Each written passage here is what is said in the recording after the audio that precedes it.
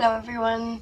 I thought I would make my first video today about some 16mm film processes that I've developed. Because I've taken so much from other people's work that they share on GitHub and YouTube, I thought I'd try and give something back and just show a bit about my kind of weird DIY chunky methods. So today I'll show you how I print from a phone onto 16mm film in the darkroom, frame by frame. And this is kind of a very cobbled together setup, but I'm working on cleaning up this design a bit, and I'll be sharing some design files in the next few months. I think some sort of laser cut files and things like that, and hopefully some manuals. But right now, this is the thing that I use. So this is basically an enlarger that I got for free off Gumtree in Bristol. And I am not using the bulb. I started out using the bulb to do contact printing. But right now this is completely unnecessary, but I just love enlargers so much that I kind of want to just keep it on there.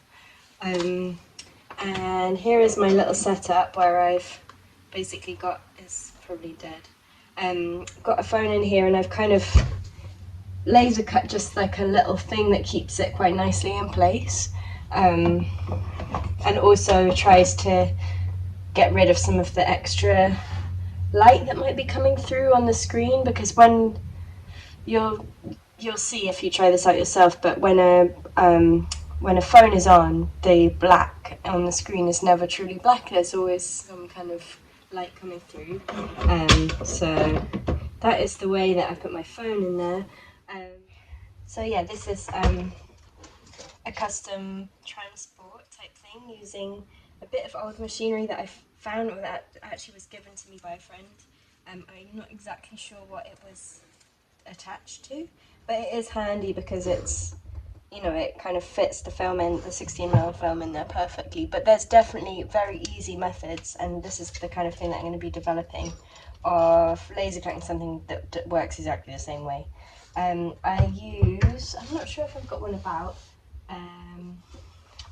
little paper frame, basically to a white paper frame that's stuck on underneath. That just really helps with the white paper, really helps with when I'm sort of focusing and aligning the image. And the way that I transport frame by frame, which is kind of ridiculous. Imagine if I'm kind of here in a dark room facing this way. I basically have this tiny little thing that I've made just with one little header soldered onto a bit of old PCB, and I just super glued a knob on there. There's definitely better ways, but if you can see, the sprockets are exposed in this little bit here, and I've kind of aligned that frame so that it's not spot on, but it kind of works as well as I need it to. When I take that sprocket to the end at 90-degree angle, you've got the header that's coming down 90 degrees, and I take it to the end, then that kind of lines up with the frame that I'm exposing. So hang on, let me stop the video and just get some stuff to show you some examples. So for my MIDI controller, the way I've mapped it, which I'll show you in a screen share thing in a bit.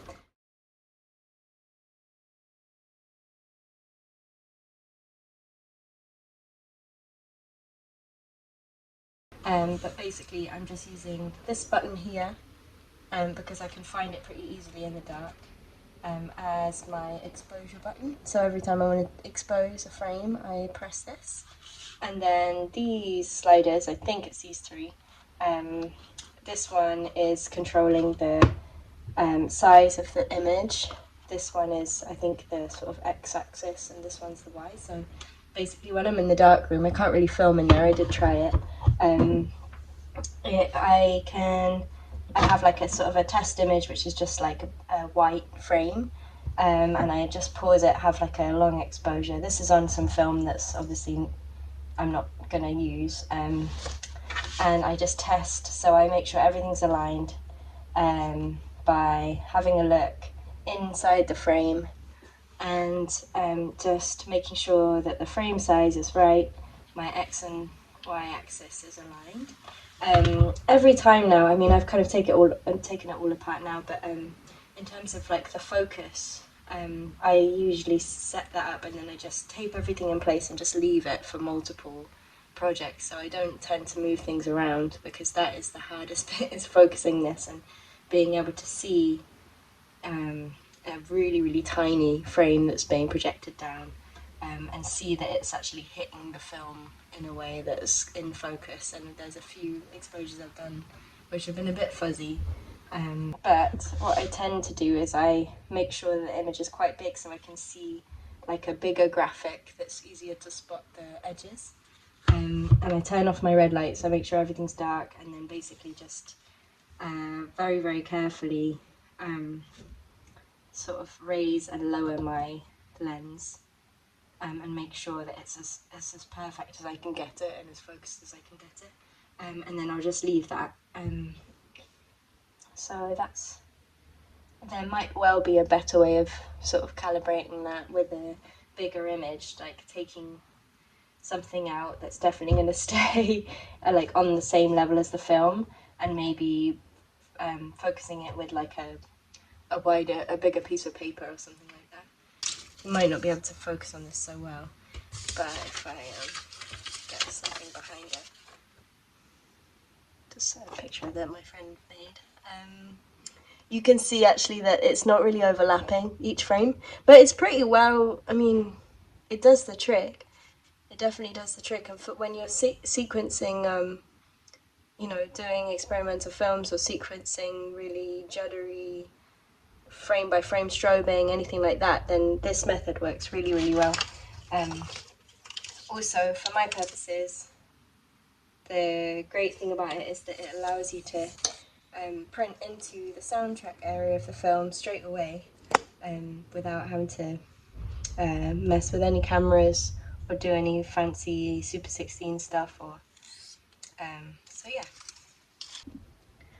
So how I advance the film, I'll tend to put my MIDI controller on here in the dark, everything's set up, I've got my test film in, I've aligned the frame, and basically I will splice a bit of kind of pre-exposed film. Usually it's got this like milky emulsion on it still, so it's quite light and it's easy to focus or check the frame on, because if you use a darker bit of film, or you know, something like this for example, it's very hard to align the frame. You can't really see the edges very well.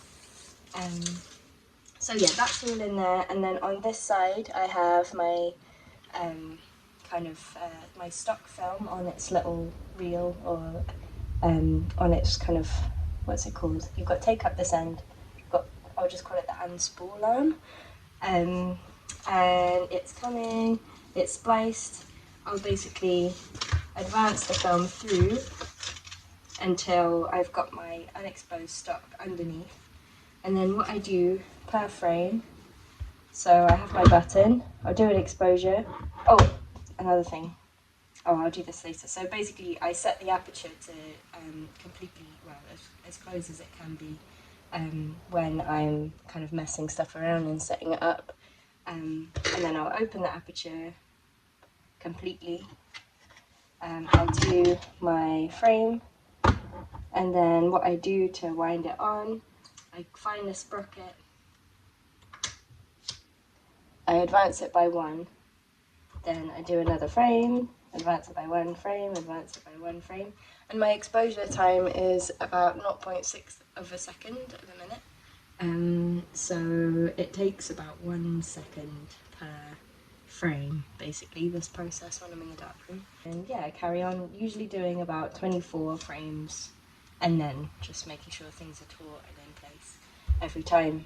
So that's the process, and I'll be sat in a dark room with an audiobook or a podcast or some music, usually for about maybe an hour at a time, depending on, I can get a minute done in about an hour, and I find it pretty relaxing. I think I'm gonna automate this at some point, have like a stepper motor or something so that it can go automatically, but I don't think it's gonna shave that much time off the process, and I'll probably still be sat in the dark with it listening to music, so I don't really mind doing the hand, the frame by hand type thing, but it will be nice to automate it. Eventually, what would be really nice would be to build it into something completely lightproof, so that this type of thing can be done outside of the dark room, and then when it's automated, it can actually just be something that's running by itself, and then when it's finished, you can kind of take it to the dark room, open it up, and process the film.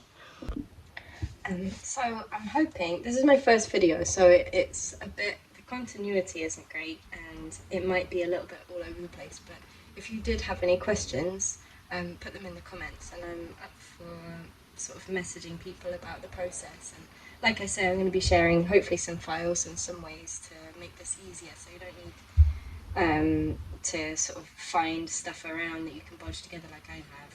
It would be, all you'll need is the enlarger lens, something to put the phone in, but yeah, I can hopefully make something that would be pretty easy to replicate for anyone who's interested.